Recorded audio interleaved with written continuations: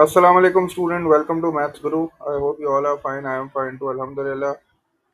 Students, I hope all is well at your end and I hope all of you have received the SOE by now and the venue letter as well. SOE का मतलब statement of entry है, वो जो yellow colour का paper है उसकी बात कर रहा हूँ। जिन स्टूडेंट्स को अब तक एसओई नहीं मिली है वो लाजमी मंडे को स्कूल जो है वो विजिट करें और अपनी एसओई जो है अपने क्लास टीचर से कलेक्ट कर लें। जो भी आपके इश्यूज हैं उनको रिजॉल्व करो और मंडे को लाजमी जो है ना वो अपनी एसओई कलेक्ट कर लो, क्योंकि आगे हॉलीडेज का कुछ कंफर्म नहीं है, काफ़ी अनसर्टेनिटी है। ठीक है, तो बेहतर ये है कि मंडे को जो है वो आप अपनी एसओई कलेक्ट कर लो, क्योंकि स्टेटमेंट ऑफ एंट्री के बगैर आपको जो है वो वेन्यू एग्ज़ाम का जो वेन्यू है वहाँ एंटर नहीं होने दिया जाएगा। तो लाजमी जो है वो उसको अपने साथ रखो। प्लस ये कि अगर आप एसओई लेने के लिए स्कूल जा ही रहे हो तो क्लास टीचर से वेन्यू लेटर की हार्ड कॉपी भी ले लेना। लेकिन जो बच्चे स्कूल नहीं जा रहे वो स्पेशली वेन्यू लेटर की हार्ड कॉपी जो है कलेक्ट करने के लिए स्कूल मत जाओ। गूगल क्लासरूम पे सॉफ्ट कॉपी जो है वो ऑलरेडी अपलोडेड है, उसका प्रिंट निकाल लो और उसको अपने साथ रख लो।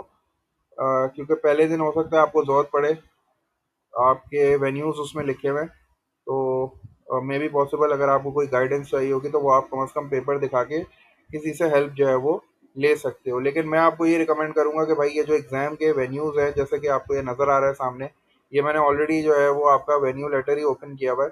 तो इसमें जो आपके एग्ज़ाम के वेन्यूज़ है इसमें जो है वो नाम भी है और कंप्लीट एड्रेस भी है, तो लाजमी इनको पहले विजिट कर लेना। ठीक है, यहाँ से जाके सारी इन्फॉर्मेशन ले लो कि भाई कैम्ब्रिज के जो पेपर्स हो रहे हैं वो लेवल के, ग्रेड 10 के, ग्रेड 11 के, वो कौन से हॉल में हो रहे हैं, किस जगह पे हो रहा है, ताकि उस दिन जो है वो आपको परेशानी ना हो। अच्छा, पहली चीज़ तो यही थी, वेन्यू लेटर का क्वेश्चन आया था कि सर वेन्यू लेटर लेने के लिए स्कूल जाएं। नहीं, आपको बिल्कुल स्कूल जाने की ज़रूरत नहीं है, आप इसका प्रिंट आउट निकाल लो, वो बिल्कुल इनफ है। एसओई अगर आपको मिल गई है तो ठीक है, नहीं मिली तो मंडे को लाजमी जाके स्कूल से कलेक्ट कर लेना। ज़्यादा देर ना लगाओ क्योंकि छुट्टियों का नहीं पता।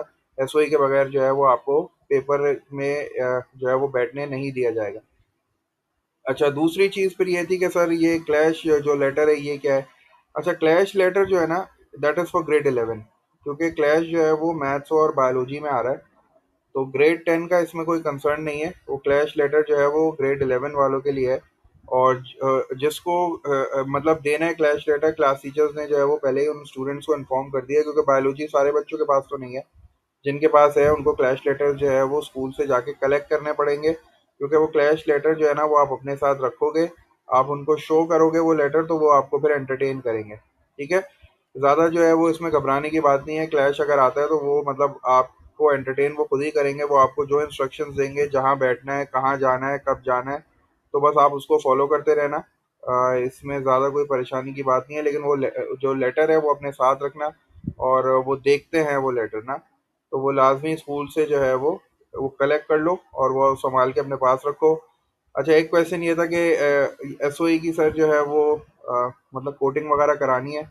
देखो, वैसे तो ऐसे कोई उसकी ज़रूरत नहीं है कोटिंग कराने की, लेकिन फिर भी ये है कि इम्पोर्टेंट डॉक्यूमेंट है, तो बेहतर है कि आप उसकी जो है ना लाइट सी कोटिंग करा लो, ताकि ये कि वो पानी वगैरह से बच जाए, फोटोकॉपीज करा लो उसकी। तो बस ये जो है वो इस तरह का जो है वो मतलब इस तरह ही रखो उसको, ज़्यादा उसको जो मतलब हार्ड हार्ड कोटिंग वगैरह कराने की, ज़्यादा एक्सपेंसिव कोटिंग कराने की ज़रूरत नहीं है। वैसे बगैर कोटिंग के भी ठीक है, लेकिन ये है कि जाहिर सी बात है स्वेटिंग वगैरह होती है, उससे जो है वो आपका पेपर ख़राब हो सकता है। तो इसलिए जो है ना वो लाइट सी कोटिंग जो है वो उसकी करवा लो और वो अपने साथ रखना। ठीक है, क्लैश लेटर का मैंने बता दिया, ग्रेड 11 के स्टूडेंट जो हैं वही जाके कलेक्ट करेंगे, जिसको क्लास टीचर ने इन्फॉर्म किया है, जाके कलेक्ट कर लो। ग्रेड 10 का क्लैश लेटर कुछ भी नहीं है। ग्रेड 10 के लिए सिर्फ आपको एसओई है और आपका वेन्यू लेटर है। ठीक है।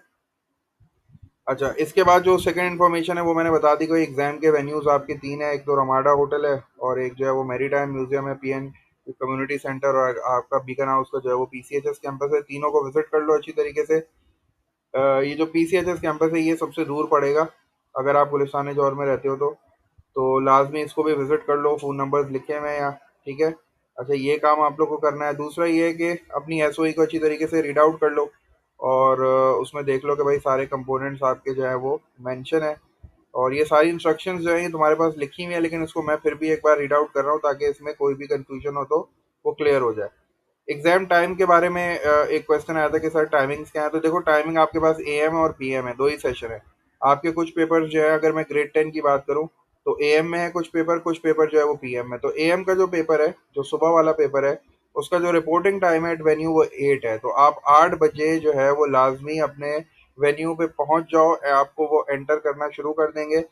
एग्जाम जो है वो 1 घंटे बाद स्टार्ट होगा, 9 बजे आपको इंस्ट्रक्शंस वगैरह मिलती हैं, तो वो गौर से सुनना, ठीक है। और अगर आपका जो सेशन है वो पीएम है, आप अपनी एसओई देखोगे ना, एसओई में कंपोनेंट के आगे एएम पीएम लिखा है, तो वो टाइमिंग है।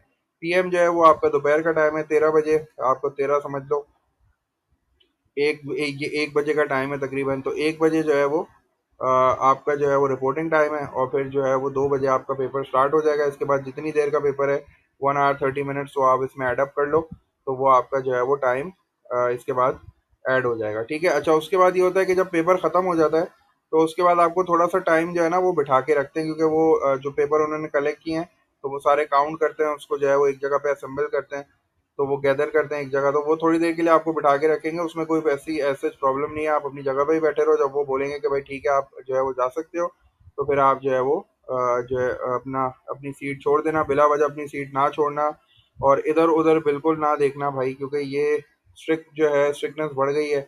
अगर आप जो है वो यहाँ दूसरों की कॉपियों में देखोगे, तो आपको ग्रेड एक्स मिल जाता है। ग्रेड एक्स का मतलब होता है नो रिजल्ट। तो आपको पता भी नहीं चलेगा कि भाई आपका पीछे वाला कॉपी कर रहा है, और आप दोनों के रिजल्ट जो है ना वो कैंसिल आउट हो जाएंगे। तो इस तरह जो है वो ना दूसरे का नुकसान करो, ना अपना नुकसान करो। अपने पेपर में देखना है, ठीक है, अपनी सीट पे बैठना है, ना सीट को ज़्यादा इधर उधर करना है, ना आगे पीछे करना है। तो ये सारी चीज़ों का थोड़ा सा ख्याल रखना। अपने आप पे भरोसा रखो भाई, जितनी तुमने तैयारी की है उतना ही पेपर दो। ये जो अनफेयर मीन्स होते हैं इधर उधर से देखना, तो ये जो है इससे थोड़ा सा जो है वो अवॉइड करो, क्योंकि भाई बुरा टाइम बता के नहीं आता है। ऐसा ना हो कि आप भी फंस जाओ और आप जिसका देख रहे हो बेचारा, वो भी जो है ना उसका भी कोई रिजल्ट ना है। तो ये थोड़ा सा देख लेना इसको अच्छी तरीके से, ठीक है। और बाकी ये कि क्या क्या चीज़ें रखोगे अपने पास। आप जो है वो यहाँ यहाँ क्लियरली लिखा हुआ है कि भाई सबसे पहले जो स्मार्ट कार्ड है आपका ओरिजिनल, या जो पासपोर्ट है वो आप रखोगे अपने साथ, और एसओई रखोगे, ठीक है। ये दो डॉक्यूमेंट्स हैं जो कि वो जो है वो आपका चेक करेंगे, वो आप अंदर लेके जा सकते हो। इसके अलावा बॉक्स आप जो रखोगे वो बिल्कुल क्लियर होना चाहिए, क्लियर पाउच होना चाहिए, उसमें कोई जो है मतलब उसमें कोई शेडिंग डिजाइनिंग वगैरह नहीं होनी चाहिए, बिल्कुल क्लियर होना चाहिए। स्टेशनरी अपनी प्रॉपर, पेंसिल जो भी है वो सारी चीज़ें रखना, इंक पेन बॉल पेन जो भी आप रखते हो उसमें रखो। कैलकुलेटर अगर आप रखते हो तो सिंपल कैलकुलेटर रखो, और जो भी इंस्ट्रक्शंस हैं जिस पेपर के हिसाब से इंस्ट्रक्शन है उस पेपर के हिसाब से रखो। अगर अगर कैलकुलेटर अलाउ नहीं है तो मत रखना। अच्छा, अगर आप लेट हो जाते हो तो ज़ाहिर सी बात है इंस्ट्रक्शंस मिस करोगे। ये इंस्ट्रक्शन सारी वो आपको पेपर से पहले देंगे, क्या करना है, कैसे फिल करना है, कहाँ क्या चीज़ लिखी हुई है। तो ये सुकून से बैठ के सुन लोगे तो आपको इंशाल्लाह परेशानी नहीं होगी। बाकी ये कि आपके टीचर्स ने भी आपको गाइड कर दिया, आपके जो है वो बड़े बहन भाई भी हैं, कजन्स भी हैं, तो उनसे भी जो है वो थोड़ा सा पूछ के चले आना चीज़ें, ठीक है। अच्छा, उसके बाद थोड़ी सी इन्फॉर्मेशन ये थी और कि क्या चीज़ अलाउ है क्या नहीं है, तो मैंने स्टेशनरी का आपको बता दिया। ब्लू जो है वो ब्लैक पेन है, पेंसिल से जो है वो वर्किंग वगैरह नहीं करना है, ये बात क्लियर है बिल्कुल, क्योंकि स्कैन में पेंसिल नहीं आती है, आपका जो है वो पूरा पेपर जो है वो ज़ाया हो जाएगा, ठीक है। डायग्राम्स बनाने के लिए, ग्राफ्स बनाने के लिए आप पेंसिल यूज़ कर सकते हो। अब देखो यहाँ इन्होंने सारी चीज़ें लिखी हुई है कि रेजर विदाउट रैपर, ठीक है ना, और जो है वो आपका जो स्केल है वो भी बिल्कुल ट्रांसपेरेंट होना चाहिए। और आपका बैग भी जो है ना, मतलब गैप, ये बैग का मतलब पाउच जो है वो भी बिल्कुल ट्रांसपेरेंट होना चाहिए। कैलकुलेटर सिंपल होने चाहिए भाई। वाटर बॉटल जो आप लेके जा रहे हो ना वो भी ट्रांसपेरेंट होनी चाहिए, डिस्पोजेबल, जैसे नेस्ले की होती है ना। ज़्यादा वो जो हम लोग आप स्कूल में लाते हो, जो मतलब टावर की तरह बड़ी बड़ी बोतलें होती हैं, और स्टील की जो होती हैं इस तरह की, तो प्लास्टिक, हार्ड प्लास्टिक की जो होती हैं वो सब मत लेके जाना, ये बाहर रखवा देंगे। सामान जितना कम से कम रखोगे उतना आपके लिए आसानी है, क्योंकि बाहर जो है वो कोई जगह नहीं होती सामान रखने के लिए, वहाँ कोई सिक्योरिटी नहीं है, अगर कोई उठा के ले गया तो ले गया।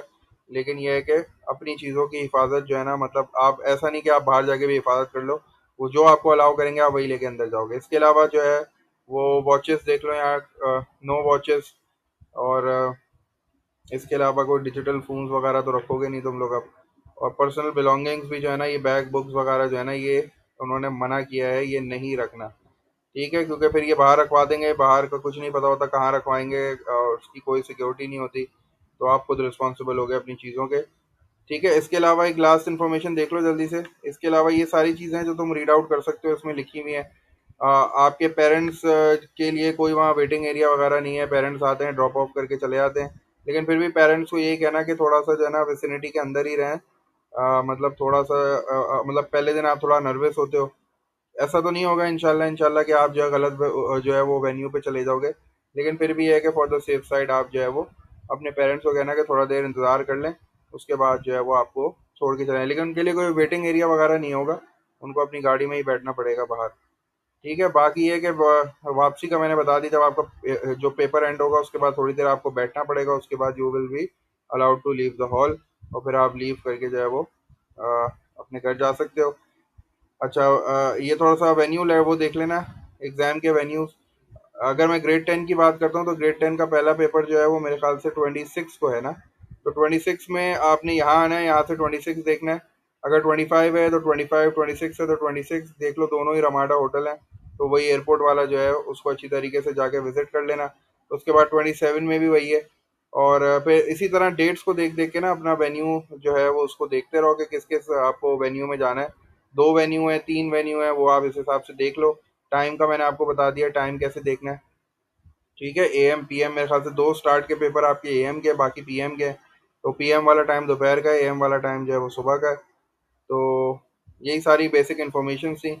बाकी मैंने बता दिया कि भाई चीटिंग वगैरह जो है ना, इसका सोचना भी मत बिल्कुल, क्योंकि कुछ नहीं होगा, आपका रिजल्ट भी ख़राब होगा, और जिसकी आप चीटिंग कर रहे होगे या करवा रहे होगे उसका रिजल्ट भी ख़राब हो जाएगा, और स्कूल का नाम जो है वो अलग जो है वो आप ख़राब कर दोगे। तो अपने आप पे भरोसा रखो, जितनी मेहनत आपने की है इंशाल्लाह अल्लाह ताला आपको उसका ज़रूर फल देगा।